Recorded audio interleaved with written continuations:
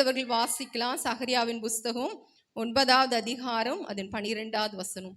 சகரியா, சிறைகளே அரணுக்கு திரும்புங்கள், இரட்டிப்பான நன்மையை தருவேன், இன்றைக்கே தருவேன்.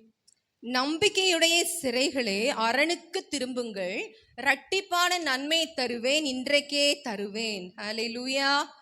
எல்லாருக்குமே ரொம்ப பிடிச்சிருக்கும்னு நினைக்கிறேன் அந்த வாக்குத்தத்தம். ஏனென்றால் 1 மடங்கு இல்ல 2 மடங்கு ஆசீர்வாதங்களை ஆண்டவர் சொல்லியிருக்கிறார். நமக்காக ஆண்டவர் வாக்குத்தத்தத்தை கொடுத்திருக்கிறார். எல்லாருக்குமே ஒன்று கேட்டால் 2 நாள் எல்லாருக்கும் ரொம்ப சந்தோஷம். சகோதரிகளுக்கு அதை விட ரொம்ப ரொம்ப சந்தோஷம். இந்த மாசத்துல எந்த கடைக்கு போனாலும் ஒரே போர்டு தான். ஒரு சாரி வாங்கினா 2 சாரி ஃப்ரீ. எந்த ட்ரெஸ்னாலும் சரி 1 வாங்கினா 2, இல்லைன்னா 1 வாங்கினா 3, அப்படியாக நிறைய ஆஃபர்ஸ் வருகிறது. அப்படியாக ரொம்ப சந்தோஷம். ஆனால் சகோதரர்கள் தான் கஷ்டம். எப்பவுமே சாதாரணமாக போனோம்னா ஒரே ஒரு ட்ரெஸ் எடுத்துகிட்டு வருவோம். அதே நேரம் இந்த மாதிரி ஏதாவது ஆஃபர்னு போனோன்னா என்ன செய்வோம், நம்ம மூளை மழுங்கிரும். அப்படியே ஏமாந்து போய் என்ன செய்வோம், தேவையில்லாமல் வீண் செலவு பண்ணிட்டு நிறைய நம்ம என்ன செய்வோம், வீணாக வாங்கி கொண்டு வந்துடுவோம். அதுதான் உலக நடைமுறை. ஹல்லேலூயா. ஆனால் ஆண்டவர் நமக்கு கொடுக்கிறது அது ரொம்ப ரொம்ப மேன்மையாய் காணப்படும். ஹல்லேலூயா. உதாரணமாக ஐயா நமக்கு முன்பதாக எலிசாவை வைத்தார்கள். எலியாவின் ஆவி இரட்டத்தனையா என்ன செய்ததாம், எலிசாவுக்குள்ள கடந்து சென்றது என்று சொல்லி நாம் பார்த்தோம். நிச்சயமா அதெல்லாம் ஒரு பெரிய ஒரு பாக்கியமாக இது காணப்படுகிறது. அந்த 1 மடங்கு ஆசீர்வாதமே ரொம்ப ரொம்ப பயங்கரமா இருந்தது. அதை காட்டிலும் இரட்டத்தனையான ஆசீர்வாதங்களை அந்த ஊழியர் பெற்றுக்கொண்டார் என்று சொல்லி பார்க்கிறோம். அப்படியாக இந்த கால வேளையில கூட நான் இரட்டத்தனையான ஆசீர்வாதத்தை குறித்து பேசுவதற்காக இந்த நாளிலே நான் வரவில்லை. ஆனாலும் அதன் முதன் பகுதியை மாத்திரம் இந்த வேளையில தியானிக்க கர்த்தர் நமக்கு உதவி செய்வாராக. நம்பிக்கையுடைய சிறைகளே அப்படின்னு சொல்லிட்டு அந்த தலைப்புல இந்த நாளிலும் ஆண்டவருடைய வார்த்தைகளை நம்ம கேட்க இருக்கிறோம். ஹல்லேலூயா. நம்பிக்கையுடைய சிறைகளே. சிறைன்னு சொன்னாலே என்னதான், ஏதாவது ஒரு அடிமைத்தனத்துக்குள்ள சிக்கி தவிக்கிறதா என்னது சிறையா இருக்குது. ஏதோ ஒரு அடிமைத்தனம், ஏதோ ஒரு பாண்டேஜ்குள்ள நம்ம என்ன இருக்கோம், சிக்கி தவித்து கொண்டிருக்கிறோம்.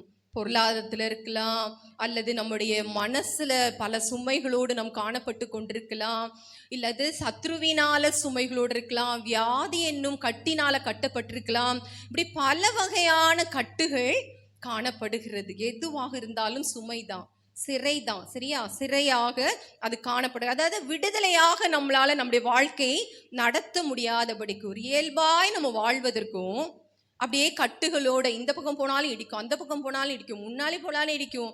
எதுவுமே நம்மளால என்ன செய்ய முடியாது, ஒரு ஃப்ரீயா நம்மளால மூவ் பண்ண முடியாதபடிக்கு இருக்கிறதா என்னது சிறையா இருக்கிறது. எங்கேயா சிறைச்சாலை ரொம்ப ஃப்ரீயா விடுவாங்களா? எவ்வளோ முடியுமோ அவ்வளோ ஒடுக்கி, சில இடங்களிலெல்லாம் துபாயிலெல்லாம் பார்த்தீங்கன்னா அப்படி திரும்ப கூட முடியாதான். அவ்வளோ சின்ன அறையில தான் என்ன செய்வார்கள், அவங்களால காலை நீட்டி கூட படுக்க முடியாது. அப்படிப்பட்டதான கொடுமையான சிறைச்சாலைகள்லாம் காணப்படுகிறது. சரியா, அப்படியாக சிறை என்பது ஏதோ ஒரு கட்டுக்குள்ளே இருக்கிறது தான் சிறை.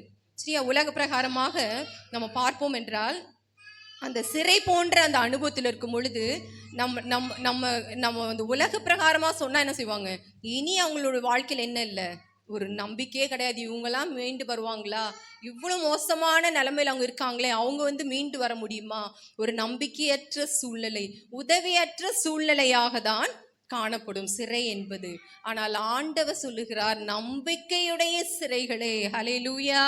இந்த வேளையில யாரெல்லாம் அப்படி சொல்ல முடியும், நான் ஒரு வேளை சிறை போன்ற அனுபவத்துல கட்டப்பட்டு நான் இருந்தாலும் நான் நம்பிக்கையோடு இருக்கிறேன். ஹல்லேலூயா, ஹல்லேலூயா.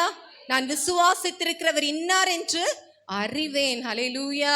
எத்தனையோ பிரச்சனைகள் எல்லாம் தாண்டி வர செய்த தேவன் இதிலும் என்ன செய்வார், ஆண்டவர் என்னை விடுவிப்பார். ஹல்லேலூயா.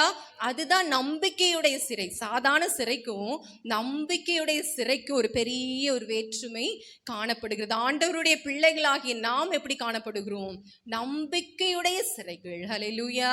ஒருவேளை சிறைதான், சிறையிலும் அதுல எந்த மாற்றமும் இல்லை, ஆனால் நிச்சயமாய் கர்த்தர் என்னை விடுவிப்பார். ஹல்லேலூயா. இங்க நம்ம பார்க்கும் பொழுது யாத்திரையாம் புஸ்தகத்துல முதலாவது ஒரு சம்பவத்தை உங்களுக்கு முன்பதாக நான் வைக்க விரும்புகிறேன். யாத்திரையாகமும் அதுல 3வது அதிகாரத்துல இவ்விதமான ஒரு வார்த்தையை நம்ம வாசிக்க முடியும். மன்னிக்கவும், முதலாவது 2வது அதிகாரம் 23, 24, 25 அந்த 3 வசனங்களை நம்ம வாசிக்கலாம். சில காலம் சென்ற பின் எகிப்தின் ராஜா மரித்தான். சில காலம் சென்ற பின் எகிப்தின் ராஜா மரித்தான். இஸ்ரவேல் புத்திரர் அடிமை தனத்தினால் தவித்து ம். முறையிட்டு கொண்டிருந்தார்கள். அவர்கள் அடிமை தனத்தில் இருந்து முறையிடும் சத்தம் தேவ சந்நிதியில் எட்டினது. அவர்கள் அடிமைதனத்திலிருந்து முறையிடும் சத்தம் தேவ சந்நிதியில எட்டினது. ஹல்லேலூயா. நிச்சயமாகவே இங்க பார்க்கும் பொழுது இந்த இஸ்ரவேல் ஜனங்கள் கானான் தேசத்திலிருந்து ஒரு பிழைப்புக்காக அல்லது ஒரு ஆகாரத்துக்காக அங்க இருந்த பஞ்சத்துல தங்களை காத்து கொள்ளும்படியாக என்ன செய்தார்கள்? யோசேப்பு இருந்த நாட்களில எகிப்துக்கு போய் விட்டார்கள். சாப்பிட்றதுக்காக, வயிற்று பிழப்புக்காக போகிறாங்க. ஆனால் நாட்கள் ஆண்டுகள் உருண்டோட அங்க இருந்த சம்பவங்கள் எல்லாம் மறக்கப்பட்டு போய்விடுகிறது. அதாவது யோசேப்பு வந்து ஒரு பெரிய ஒரு ஒரு உயர்ந்த நிலைக்கு ஆண்டவர் என்ன செய்தார்? யோசேப்பை உயர்த்தி வைக்கிறார். ஒரு ரட்சகனாக அவன் மாறுகிறான். அந்த இடத்துல அவன் வந்து என்ன செய்கிறான்? ஒரு ராஜாவுக்கு அடுத்த ஸ்தானத்துல இருந்து ஜனங்களுக்கு நல்ல சந்தோஷமாக அவங்க கேட்ட கோசை நாட்டுல இருந்து சந்தோஷமா இருக்காங்க. ஆனா அந்த தலைமுறை, அந்த ராஜா, அந்த தலைமுறை மக்கள் எல்லாம் மரிச்ச பிறகு நிலைமை வேறு விதமாக மாறுகிறது. இவர்கள் எல்லாம் அடிமைகளாக மாற்றப்படுகிறார்கள். அங்கு இருந்ததான இஸ்ரவேல் ஜனங்கள் என்ன ஆனார்கள்? அடிமைகளாக மாறி பல விதமான சித்திரவதைகள், ஒவ்வொரு நாளும் நெருக்கங்கள், ஒடுக்குதலின் மேல ஒடுக்குதல், இப்படியாக சூழ்நிலைகள் செல்லும் பொழுது அவர்கள் வந்து என்ன செய்யறாங்க? கடவுளை நோக்கி முறையிடுறாங்க. அப்பா எங்களுக்கு இறங்குங்கப்பா, இந்த அடிமை தேசத்துல நாங்கள் இருக்கிறோமே, இந்த எகிப்துல நாங்கள் அடிமைகளா இருக்கிறோமே, எங்களை விடுவீங்கன்ட்டு என்ன செய்கிறார்கள்? முறையிடுகிறார்கள். அவர்கள் முறையிடுகிற சத்தம் தேவ சந்நிதியில போய் என்ன செய்ததாம்? எட்டினது என்று சொல்லி பார்க்கிறோம். ஹல்லேலூயா. நிச்சயமாக இந்த கால வேளையில கூட யாரெல்லாம் சிறைகளாக இந்த வேளையில முறையிட்டு கொண்டிருக்கிறோம், ஆண்டவரே இன்னும் எவ்வளவு நாள் தான் நான் இந்த சூழ்நிலையில இருக்க முடியும்? இதே பற்றாக்குறையோட நான் எவ்வளவு நாள் தான் வாழ முடியும்? இதே கடன் சுமையோடு நான் எவ்வளவு நாள் தான் வாழ முடியும்? அல்லது இந்த வியாதியோடு நான் எவ்வளவு நாள் தான் வாழ முடியும்? இப்படி பல கேள்விகளோடு சிறைகள் உங்களுடைய மனதுல, உங்களுடைய ஆவியில, உங்களுடைய ஆத்துமாவில எதுலெல்லாம் சிறைகளாக நீங்கள் இந்த வேளையில உட்கார்ந்திருந்தாலும் சரி, கர்த்தர் நம்முடைய முறையிடுதலின் சத்தத்தை கேட்கிறவராய் இருக்கிறார். ஹல்லேலூயா. அது அடுத்த வசனம் வாசிங்கம்மா, 25. தேவன் இஸ்ரவேல் புத்திரரை கண்ணோக்கினார். தேவன் அவர்களை நினைத்தருளினார். ஹல்லேலூயா. நிச்சயமாக இந்த கால விளக்கு நமக்கு ஒரு ஆண்டவருடைய நினைத்தருளுதனான ஒரு வேளையாய் காணப்படுகிறது.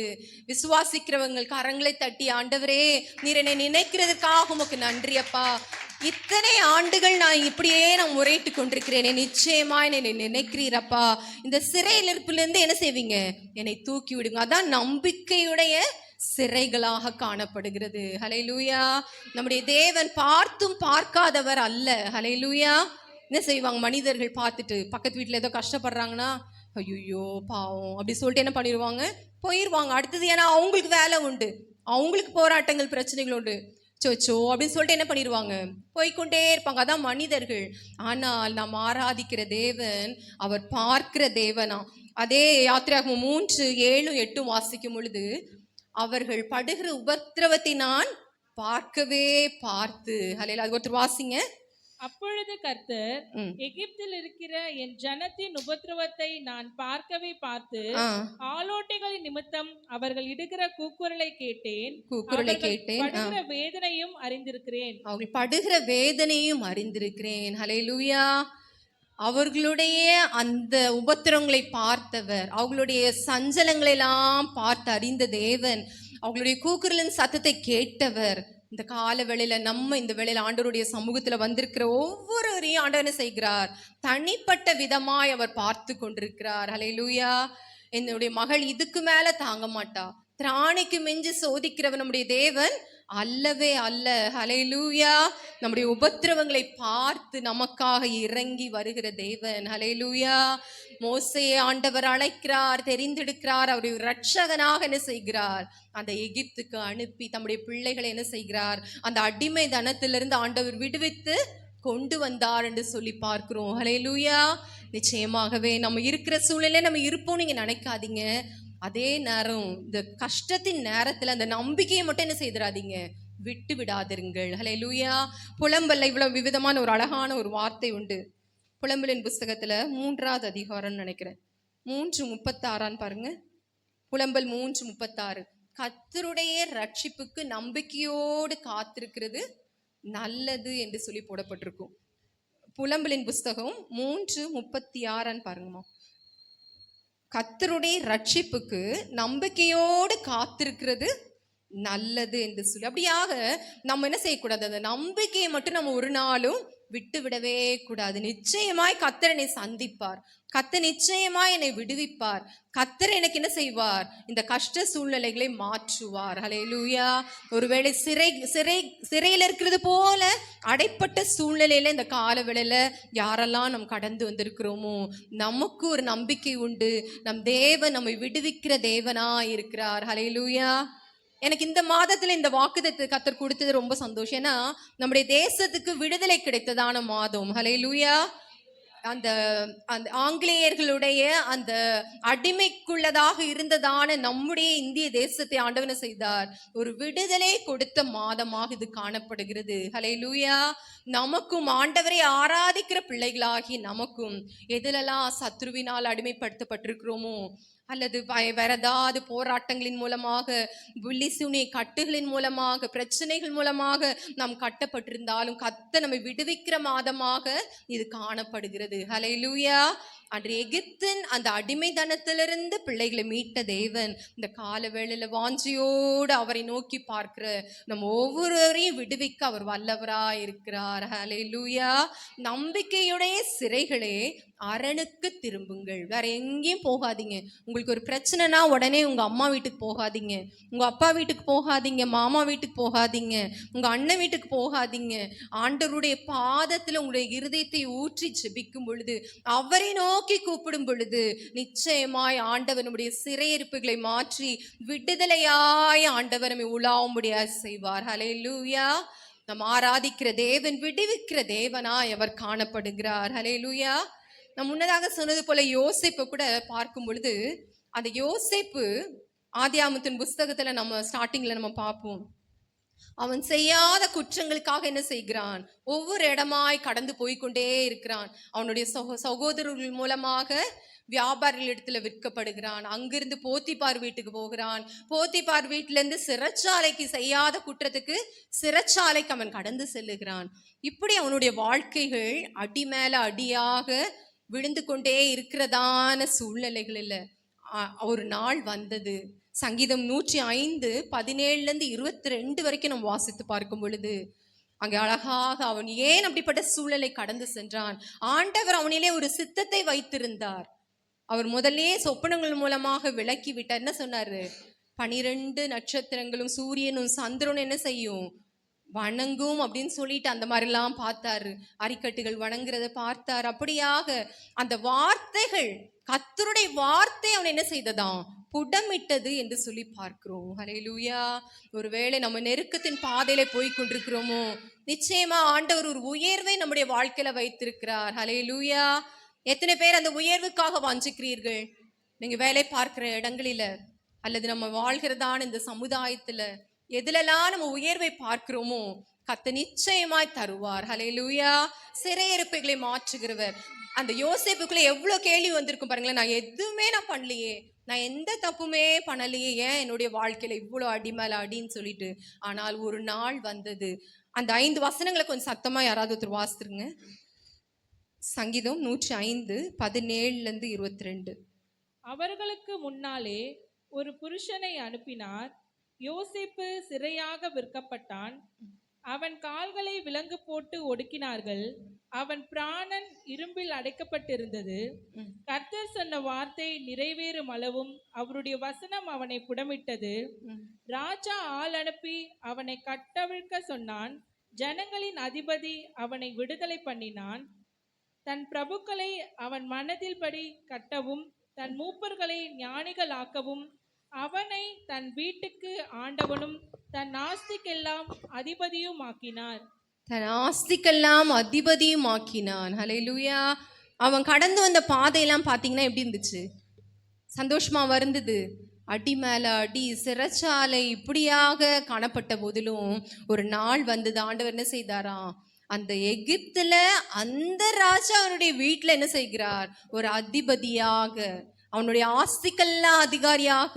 ஒரு அழகான ஒரு வார்த்தை இருக்கும் அந்த ஆதியாமத்துல, உன்னுடைய சொல்ல உன்னுடைய சொல்ல இல்லாம என்ன செய்யக்கூடாது, ஒருவனும் தன் கையாலாவது காலையாவது என்ன செய்யக்கூடாது, அசைக்க கூடாது. ஹல்லேலூயா. அப்படியாக ஒரு நல்ல ஒரு பவர்ல என்ன செய்தார் ஆண்டவர், யோசேப்பை உயர்த்தினார். ஹல்லேலூயா. இந்த கால வேளையில ஆண்டவருடைய வார்த்தை கேட்கிற நம் ஒவ்வொருவருக்கும் ஒருவேளை நெருக்கத்துல நீங்கள் கடந்து போய் கொண்டிருக்கலாம், கட்டப்பட்ட சூழ்நிலையில் இருக்கலாம், அப்படியே அடி மேல அடி நம்ம விழுந்து வாங்கி கொண்டே இருக்கலாம். ஏன் எனக்கு இப்படி ஒரு பாடு, ஏன் உபத்திரம் நினைச்சீங்கன்னா, உங்களுடைய வாழ்க்கையில ஆண்டவர் ஒரு சிறப்பான ஒரு பங்கை வைத்திருக்கிறார். ஹல்லேலூயா. ஒரு பெரிய உயர்வை கர்த்தர் உங்களுக்கு வாக்களித்து வைத்திருக்கிறார். ஹல்லேலூயா. இந்த கால வேளையில நம்முடைய மனசுல நம்ம வைக்க வேண்டியது என்ன தெரியுமா, அந்த நம்பிக்கையை மட்டும் நீங்க என்ன செய்து விடாதீங்க, விட்டு விடாதபடிக்கு உறுதியா, இதிலே நான் நம்பிக்கையா இருப்பேன். ஹல்லேலூயா. அவர் என்னை கொன்று போட்டாலும் அவர் மேல் நம்பிக்கையா இருப்பேன். நம்பிக்கைன்னு பேசினாலே எனக்கு யோபு தான் ஞாபகம் வரும். அவர் என்ன சொல்லுகிறார், அவ்வளவு பிரச்சனைகள் வந்தாலும் அவர் மேல நான் நம்பிக்கையா இருப்பேன். அவர் என்னை ஒண்ணுமில்லாம ஆக்கி கொன்னே போட்டா கூட நான் நம்பிக்கையை மட்டும் என்ன செய்ய மாட்டேன், அசைக்க மாட்டேன். மனைவி வந்து சொல்றாங்க, தேவனை தூஷித்து என்ன பண்ணுங்க, ஜீவனை விடுங்கன்னு சொல்றாங்க. கர்த்தர் கொடுத்தார், கர்த்தர் எடுத்தார், அவருடைய நாமத்துக்கு ஸ்தோத்திரம் என்று சொல்லி ஆண்டவரையே அவர் நம்பிக்கொண்டிருக்கிறார். ஹல்லேலூயா. நிச்சயமாக இந்த வேளையில யாரெல்லாம் உண்மையே ஆண்டவரே நான் நம்பிக்கொண்டிருக்கிறோமோ, நிச்சயமா என்னுடைய சூழ்நிலை மாறும், என்னுடைய கவலைகள் மாறும், என்னுடைய பிரச்சனைகள் மாறும், உபத்திரங்கள் மாறும்.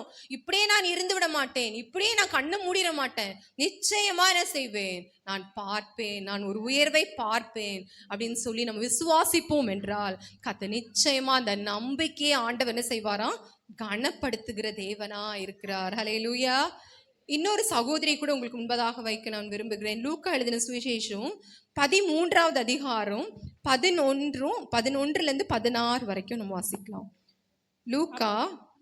அப்பொழுது 18 வருஷமாய் பலவீனப்படுத்தும் ஆவியை கொண்ட ஒரு ஸ்திரீ அங்கே இருந்தாள்.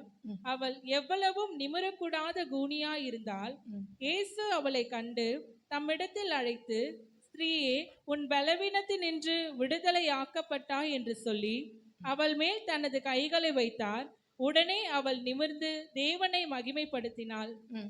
இயேசு ஓய்வு நாளிலே சொஸ்தமாக்கினபடினால் ஜெப ஆலய தலைவன் கோபம் அடைந்து ஜனங்களை நோக்கி, வேலை செய்கிறதற்கு 6 நாள் உண்டே, அந்த நாளிலே நீங்கள் வந்து சொஸ்தமாக்கி கொள்ளுங்கள், ஓய்வு நாளிலே அப்படி செய்யலாகாது என்றான்.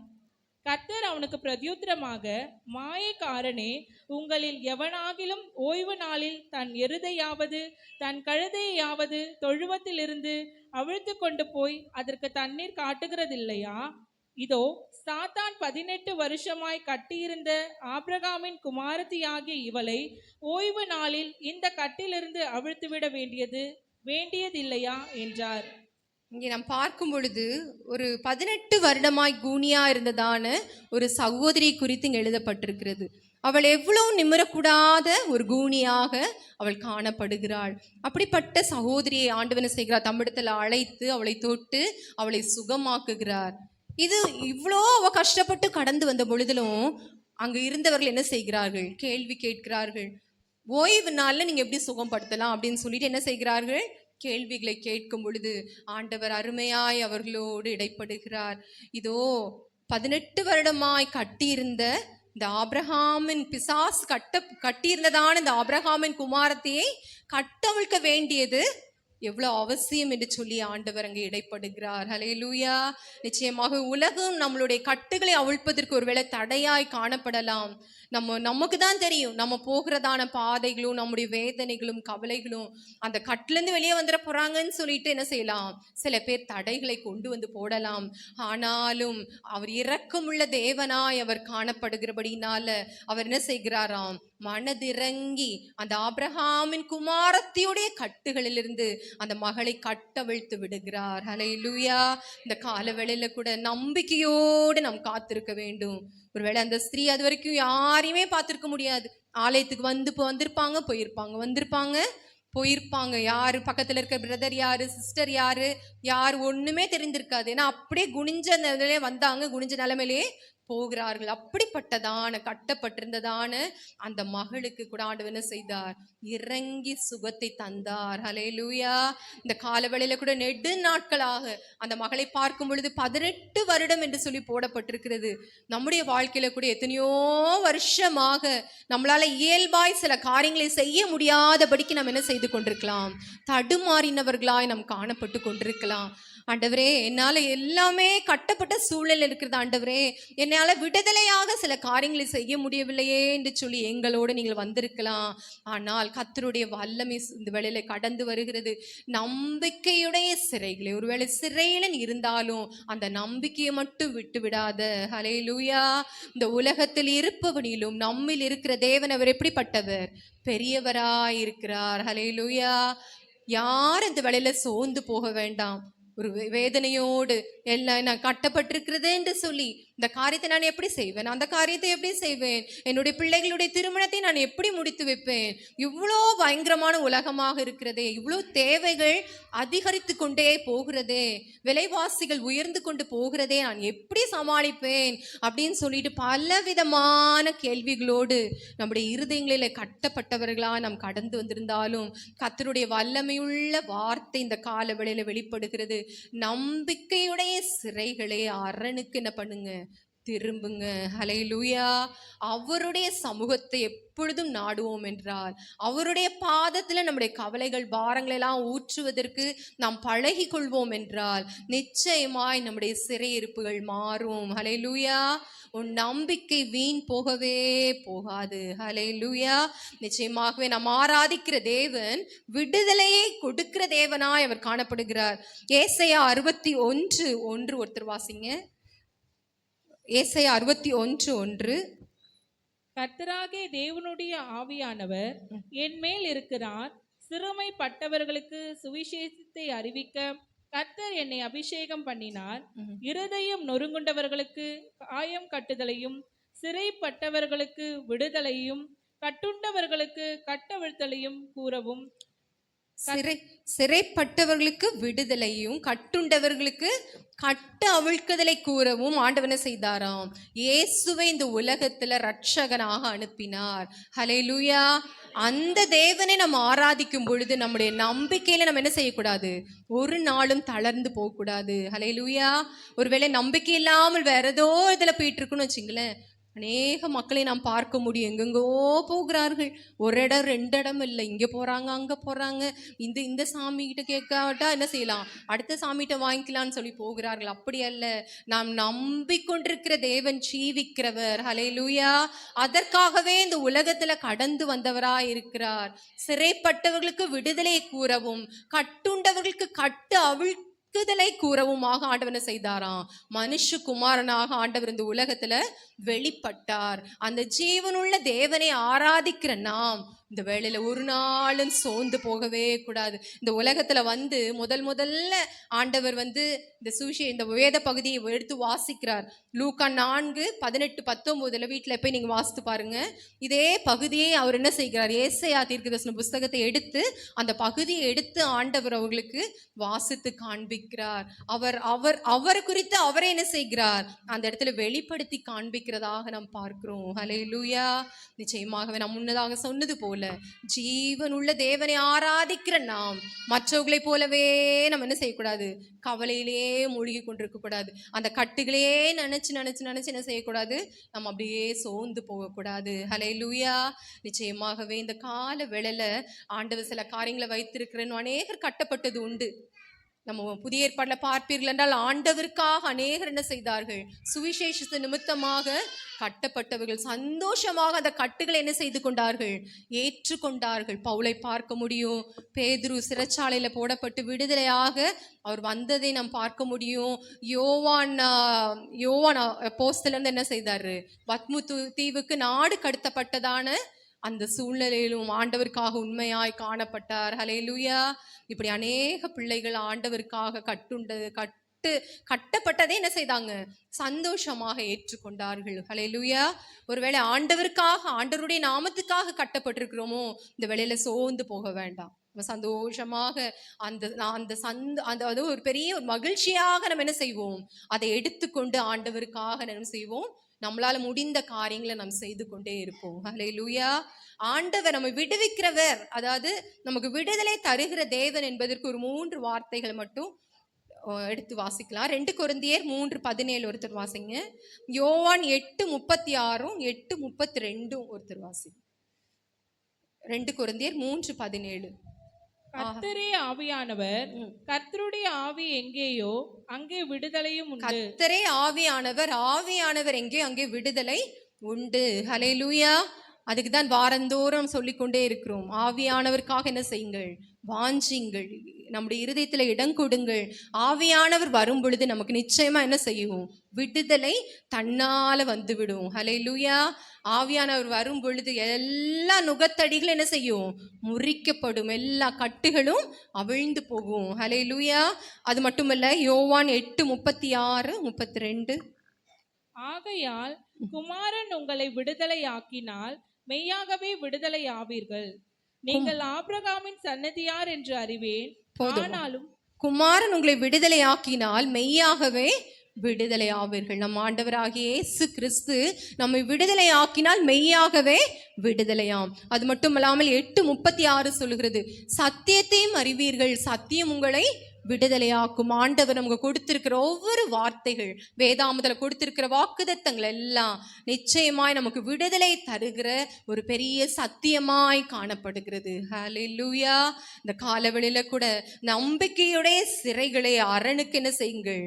திரும்புங்கள் என்று சொல்லி நம்ம பார்க்கிறோம். ஹல்லேலூயா. அதற்காகவே ஆண்டவர் இந்த உலகத்துல வெளிப்பட்டாராம். சங்கீதம் 40:1-2 பார்க்கும் பொழுது, அவர் பயங்கரமான குழியிலும் ஊளையான சேற்றிலும் இருந்து என்னை தூக்கி எடுத்து கண்மலையின் மேல என் அடிகளை உறுதிப்படுத்தினார் என்று சொல்லி பார்க்கிறோம். அப்படியாய் நம்மை ஆண்டவர் எந்தெந்த பாதைகளில, கட்டுகளுக்கு மத்தியில, போராட்டங்களுக்கு மத்தியில, பிரச்சனைகளுக்கு மத்தியில, நிந்தைக்கு மத்தியில, அவமானங்களுக்கு மத்தியில, சோர்வுக்கு மேல சோர்வுக்கு மத்தியில நம்ம ஒருவேளை நம்ம இந்த வேளையில சிறைகளாக நமக்கு கடந்து வந்திருந்தாலும், நம்முடைய சிறைகள் எல்லாவற்றையும் ஆண்டவர் என்ன செய்கிறார்? இந்த கால வேளையில கட்டவிழ்க்குதலை ஆண்டவர் கூறும்படியாக ஆண்டவர் கடந்து வந்திருக்கிறார். ஹல்லேலூயா. நாம் சந்தோஷமாய் அவரை நோக்கி பார்ப்போம். நிச்சயமாய் இந்த நாட்களில கர்த்தர் இந்த வாக்குத்தத்தத்தை கொடுத்திருப்பார் என்றால், நம்முடைய நம்பிக்கை தளர விடாதபடிக்கு நம்பிக்கையுடைய சிறைகள் தான். ஒருவேளை இங்க இருக்கிற ஒரு 90% பேர் என்ன செய்யலாம்? நான் சிறையாய் காணப்படுகிறேன், என்னால விடுதலையாய் இந்த காரியத்துல செயல்பட முடியல, விடுதலையாக அதை செய்ய முடியல, என்னால வெளியே போக முடியல, சரீரத்துல விடுதலை இல்லைன்னு சொல்லிட்டு வந்திருக்கலாம். ஆனால் அந்த நம்பிக்கை மட்டும், கிறிஸ்து உங்களை விடுதலையாக்கினால், குமாரன் உங்களை விடுதலையாக்கினால் விடுதலை ஆவீர்கள். சத்தியத்தை அறிவீர்கள், சத்தியம் உங்களை விடுதலையாக்கும். இன்னுமாய் ஆவியானவர் எங்கோ அங்கு விடுதலை உண்டு. இப்படிப்பட்ட அந்த நம்பிக்கையை நாம் வளர்த்து கொண்டவர்களாக இந்த வேளையில கூட நாம் சந்தோஷமும் சமாதானமாக நாம் திரும்பி செல்ல கர்த்தர் நமக்கு உதவி செய்வாராக. ஒரு நாள் இந்த நம்பிக்கை தளர விட வேண்டாம். நம் யாவரும் இந்த வேளையில கூட அந்த நம்பிக்கையோடு இந்த வேளையில ஆண்டவரை நோக்கி பார்ப்போமா? நம்முடைய தலைகளை தாழ்த்தி கண்களை மூடி, ஆண்டவரே, ஆண்டப்பா இயேசுவே, இந்த கால வேளையில கூட நாங்கள் உம்மை நோக்கி பார்க்கிறோம். ஆண்டவரே, ஸ்தோத்திரம் அப்பா. ஹல்லேலூயா. அந்த உலகத்துல எவ்வளோ பேர் நிஜமான சிறைச்சாலையில கட்டப்பட்டிருக்கிறவர்கள் உண்டு. நிஜமானவே ஒரு 4 அறைகள், 4 சுவர்களுக்கு மத்தியில அடைக்கப்பட்டவர்கள் உண்டு. ஹல்லேலூயா. நம்ம ஒருவேளை அப்படி இராவிட்டாலும் இந்த கால வேளையில கூட யாரெல்லாம் கட்டப்பட்ட சூழ்நிலையில கடந்து வந்திருக்கிறோமோ, விடுதலையா என்னால செய்ய முடியல ஆண்டவரே, ஒரு நேரம் போயிட்டா கூட அடுத்த நேரம் என்னால செயல்பட முடியலப்பா, உடனே ஏதாவது ஒரு முட்டுக்கட்டை வருகிறது, உடனே ஏதாவது ஒரு தடை வருகிறது, என்னுடைய வாழ்க்கையில போராட்டத்துக்கு மேல போராட்டம், நிந்தைக்கு மேல நிந்தை, அவமானங்களுக்கு மேல அவமானங்கள் வருகிறதப்பா இயேசுவே. ஆனாலும் நான் ஆண்டவரே உம்மை நம்புகிறேன் அப்பா, உம்மை நம்புகிறேன் ஆண்டவரே. அப்பா, நான் தளர்ந்து போவதில்லை ராஜா. ஹல்லேலூயா. ஓ, கர்த்தர் மேல் நம்பிக்கை வைத்து கர்த்தரையே தன் துணையாய் கொண்டிருக்கிற மனுஷன் பாக்கியவான். ஹல்லேலூயா. ஓ, அந்த எரேமியா 17வது அதிகாரத்துல நீங்கள் வீட்டுல போய் வாசித்து பாருங்கள். ஆண்டவர் மேல நம்பிக்கை வைக்கிற மனுஷனுடைய வாழ்க்கை எவ்விதமாக ஒரு செழிப்புள்ளதாய் மாறுகிறது என்று சொல்லி. ஹல்லேலூயா. இந்த காலவேளையில கூட கடந்த வாரத்துல கொடுத்த அதே வாக்குத்தத்தத்தின் அடுத்த பகுதியை இந்த நாளிலே கர்த்தர் நமக்கு கொடுத்திருக்கிறார் என்றால், நிச்சயமா இந்த வாக்குத்தத்தத்தை நம்முடைய வாழ்க்கையில அவர் 100% நிறைவேற்ற உண்மை உள்ளவராய் இருக்கிறார். ஹல்லேலூயா. நம்பிக்கையுடைய சிறைகளாக, ஹல்லேலூயா, உலக மக்களைப் போல நம்பிக்கையற்றவர்களாய் நாம் இராதபடிக்கு ஒரு நம்பிக்கையுள்ள சிறைகளாக, ஹல்லேலூயா, விடுதலை வாஞ்சிக்கிற சிறைகளாக, நம்முடைய வாழ்க்கையில உயர்வுகளை வாஞ்சிக்கிற சிறைகளாக, நம்முடைய வாழ்க்கையின் தேவைகள் சந்திக்கப்படுகிற சிறைகளாக, ஹல்லேலூயா, இந்த காலவேளையில் அவரை நோக்கி பார்ப்போமா? நன்றி ஆண்டவரே. ஹல்லேலூயா. கர்த்தர் சீயோனின் சிறையிருப்பை திருப்பும் பொழுது சொப்பனம் காண்கிறவர்களைப் போல இருந்தோம். அப்பொழுது நம்முடைய நாவு நகைப்பினாலும் நம்முடைய வாய் ஆனந்த சத்தத்தினாலும் நிறைந்திருந்தது என்று சொல்லி சங்கீதம் 126 நம்ம விதமாய் வாசிக்கிறோம். நம்முடைய சிறையிருப்புகள் மாறும் நிச்சயமாக. ஹல்லேலூயா. நன்றி இயேசுவே. ஸ்தோத்திரம் அப்பா. சீயோனின் சிறையிருப்பை திருப்புகின்ற ஆண்டவர் சீக்கிரமாய் நம் வாழ்வின் சிறையிருப்பை மாற்றுவார். சீயோனின் சிறையிருப்பை திருப்புகின்ற ஆண்டவர் சீக்கிரமாய் நம் வாழ்வின் சிறையிருப்பை மாற்றுவார். அப்பொழுது நம் வாய் நகைப்பினாலும் ஆனந்த சத்தத்தின் துதிகளுடனும், அப்பொழுது நம் வாய் நகைப்பினாலும் ஆனந்த சத்தத்தின் துதிகளுடனும் நிறைந்து நிறைந்து மகிழ்ந்திருக்கும். சீயோனின் சிறையிருப்பை திருப்புகின்ற ஆண்டவர் சீக்கிரமாய் நம் வாழ்வில் சிறையிருப்பை மாற்றுவார். சீயோனின் சிறையிருப்பின் திருப்புகின்ற ஆண்டவர் சீக்கிரமாய் நம் வாழ்வில் சிறையிருப்பை மாற்றுவார். ஹல்லேலூயா. நன்றி ஆண்டவரே. கடன் என்னும் சுமையோடு நாம் காணப்படுகிறோமோ? அறிந்தோ அறியாமலோ தெரிந்தோ தெரியாமலோ அதிகமான கடன்களை வாங்கி வைத்துவிட்டு அநேக சிறைக்குள்ளதாக இந்த வேளையில கடந்து வந்திருக்கலாம். ஹல்லேலூயா. ஒருவேளை வெளியே பார்க்கும் பொழுது நம்ம அதை காண்பித்து கொண்டிராவிட்டாலும் அதிகமான அந்த கடனானது ஒரு பெரிய சிறையாக நம்முடைய நிம்மதியை கெடுக்கிறதான ஒரு மன சுமையாக நம்முடைய வாழ்க்கையிலே மாறிவிடுகிறது. ஹல்லேலூயா. இந்த காலவெளியில் அப்படிப்பட்ட ஒவ்வொருவருக்கும் கர்த்தர் ஒரு பெரிய விடுதலை கூறும்படியாக கடந்து வந்திருக்கிறார். ஹல்லேலூயா. உண்மையாய் நம்பிக்கையோடு அவரை நோக்கி பார்ப்போம் என்றால், ஆண்டவரே என்னை மன்னியும் ராஜா, இனி நான் கடன் வாங்க மாட்டேன் என்று சொல்லி ஆண்டவருடைய சமூகத்தில் ஒப்பு கொடுத்தவர்களாக வீணான தேவைகளுக்கெல்லாம் சும்மா நம்ம பணத்தை செலவழித்து கொண்டு அப்படியாய் நம்ம கடனை வாங்கி குவித்திருப்போம் என்றால், ஆண்டவருடைய சமூகத்தில் இந்த வேளையில அறிக்கை செய்து ஜெபிக்கும் போது நிச்சயமா நம்முடைய கடன் சுமைகள் ஒன்றுமில்லாமல் போகும். ஹல்லேலூயா. எப்படிப்பட்ட சிறைகளோடு வந்திருந்தாலும், வியாதியோட, கண்ணீரோட, பலவீனங்களோட, பலவிதமான நெருக்குதலின் மத்தியில நாம் கடந்து வந்திருந்தாலும் நம்முடைய சிறைகள் மாறும். நம்பிக்கையுடைய சிறைகளாக கர்த்தருடைய பிள்ளைகளாகிய நாம் அதில் ஒரு விசேஷித்தவர்களாய் காண்பிக்க கர்த்தர் இந்த காலவெளியில் நம்ம ஒவ்வொருவருக்கும் உதவி செய்வாராக. ஆமென்.